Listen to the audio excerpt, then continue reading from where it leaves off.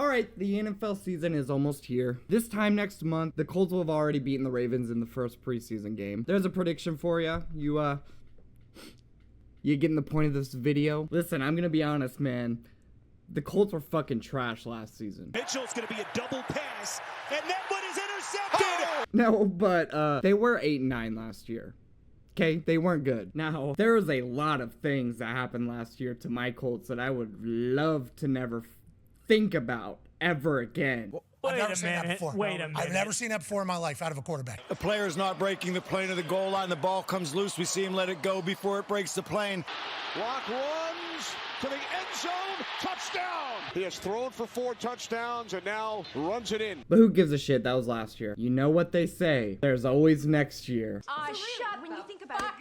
So what do I think the Colts are going to do next year? Well, here's my first prediction. Anthony Richardson will start week 1 of the regular season. Yes, I do think Richardson will start week 1. By the way, have you liked the video yet? Mainly because, obviously, I think he's going to outshine Daniel Jones in training camp. Listen, I'm not going to pretend that I even like Daniel Jones. I'm sure he's a great guy. I'll be rooting for him if he does win this quarterback battle. Because as a Colts fan, it is my duty to root for whoever is on the field, especially when it comes to my quarterback. Unless you're Matt Ryan and you're fucking garbage and let the fucking Vikings come back when we're up 33 at half. But no, it is and it has always been Anthony Richardson. Franchise quarterback, Indianapolis Colts, period. Anthony Richardson, as most of you know, the most athletic quarterback to ever come out of the combine. Dude can throw it 70 yards, falling backwards, with 3 linebackers in his face. Of course, I want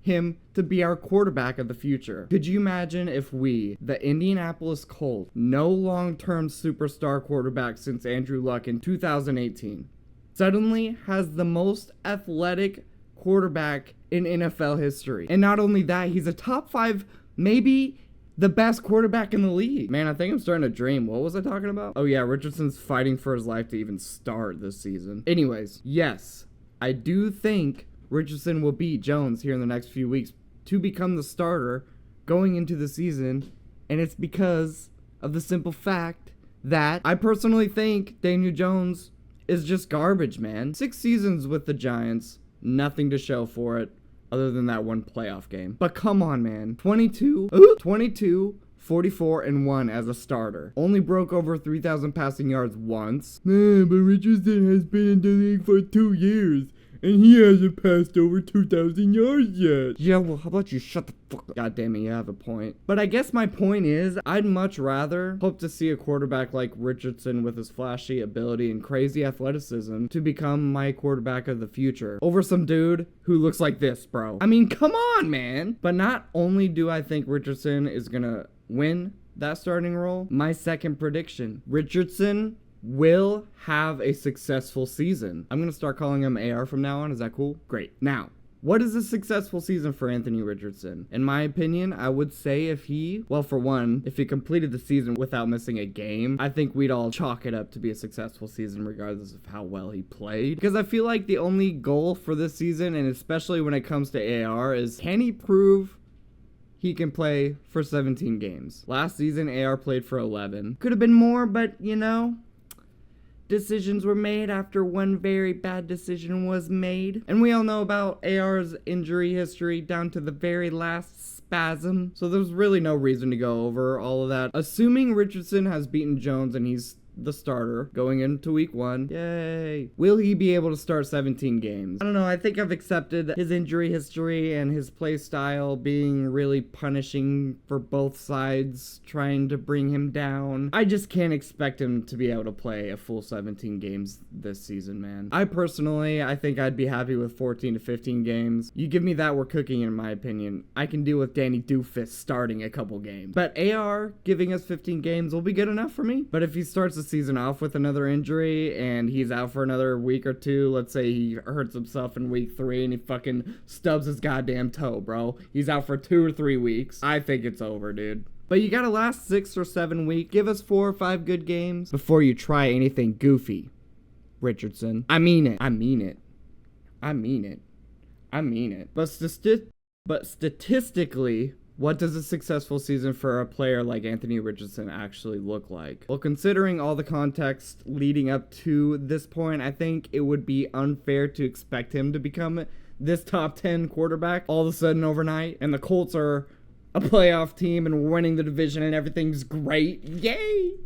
No. Here's what I think is a successful season for Richardson, assuming he gets his 15 games. 3,500 total yards, that's rushing and passing, 30 total touchdowns, and a 60% completion percentage. 3,500 total yards and 15 games means he's averaging roughly 233 total yards a game. I don't know, dude. I used a calculator, okay? 60% completion percentage will have already been a huge accomplishment for AR. We all know why. And 30 total touchdowns means he's scoring 2 touchdowns a game. What more could you ask for? If Richardson is able to do this, in my opinion, he'll be the starter next season with much higher expectation and responsibility on a team that's kind of stacked on both sides. Okay, so we've been talking a lot about one player, but there's 53, well, as of right now, since it's only July, 91 other players on the Colts roster right now. We gotta at least talk about one other player. So here we go. Prediction 3. Laiatu Latu has a breakout season. Latu last season,